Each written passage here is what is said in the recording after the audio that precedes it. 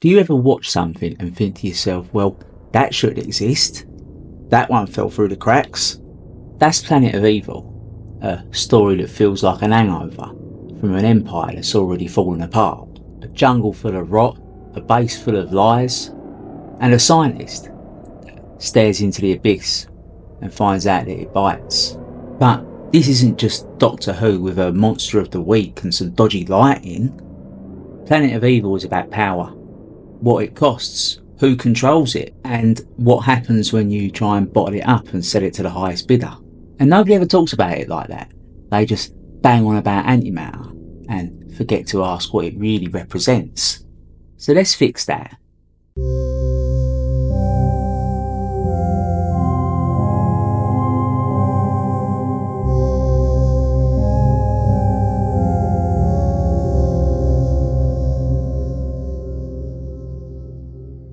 Before we begin though, as usual, this is just my personal view, and I'd love to hear your personal view in the comment section. So, a bit of context. Planet of Evil aired slap bang in the middle of the 1970s, a decade that had brought us the 3-day week, a miners' strike, an energy crisis, inflation, power cuts across the country, the lights were going out, and Doctor Who was flickering in and out of signal on your telly. Planet of Evil was written by Louis Marks and directed by David Maloney, and it's the second serial of Tom Baker's second season. It was filmed at Ealing Studios on a BBC soundstage that they packed full of tropical plants and dry ice, trying to make it look like some hostile jungle planet on a budget that probably didn't cover a round of drinks. But here's the thing, it worked. That jungle is sweaty, grimy and oppressive. You can feel the heat. You can feel the claustrophobia, that feeling that something's wrong with the world. It's like the planet itself is angry. And maybe it is. The design of that monster, the shimmering outline, the negative space predator. Originally they wanted to do a lot more, but what they ended up with was better. You can't bargain with something like that. You can't kill it. You can only stop taking what doesn't belong to you. And before we move on, just a quick word for somebody that really made this story work, even when the script was a little bit wobbly. Prentis Hancock. He played Commander Salamar like a man wound up so tight he was going to shatter any second. It's an unglamorous role, not the hero, not likeable, but Hancock gives it weight. You believe him. He sells the arrogance, he sells the fear, the slow breakdown under pressure. We lost Prentis earlier on this week, and I think this might be one of his most underrated performances. So here's to him. Salamar may have lost control of the mission, but Hancock never lost control of the part. Most takes on Planet of Evil go like this. It's Doctor Who doing Jekyll and Hyde via Forbidden Planet, with a side order of space horror. There's even a direct homage to it because it echoes the plot of Forbidden Planet and the idea of a monster from your subconscious fueled by a forbidden knowledge. On the surface, it's a warning about science outpacing morality. Sorensen finds a source of antimatter and brings it back despite the risks, and it ends up literally turning him into a monster. The moral, don't mess with things you don't understand. Classic cautionary sci-fi.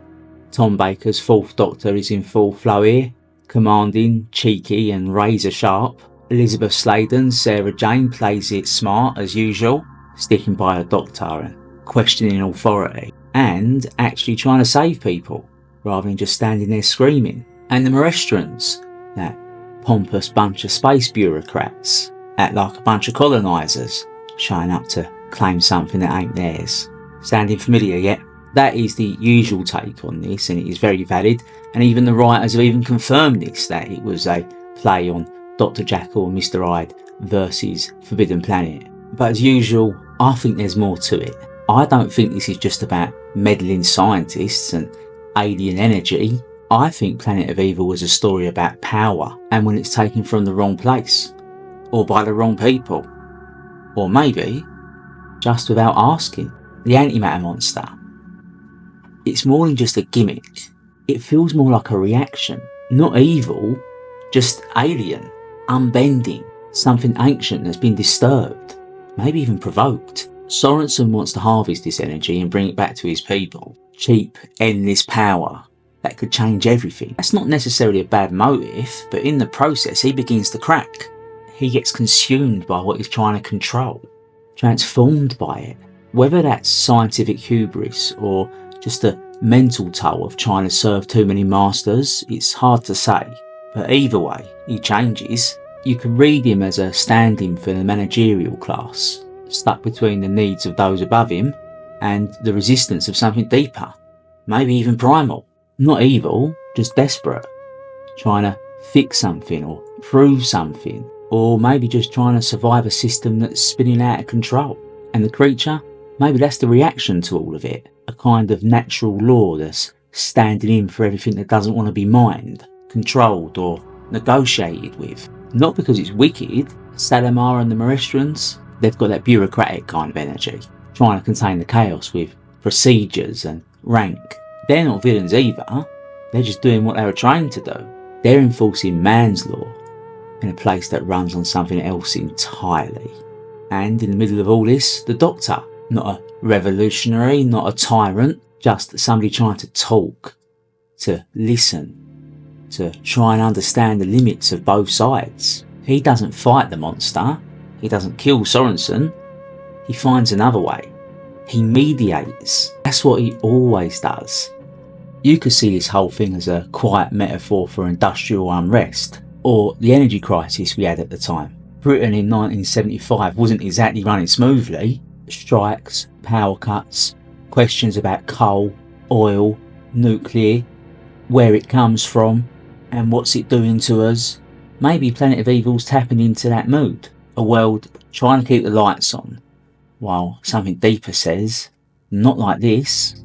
And Sorensen's mutation, that could be burnout, or addiction, or maybe it's just a visual metaphor for what happens when somebody works against their nature for too long.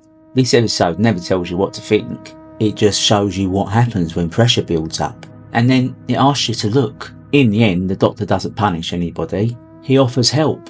And maybe that's the lesson, if there is one, that false meets false, but understanding still might change the outcome. Or not, it's up to you.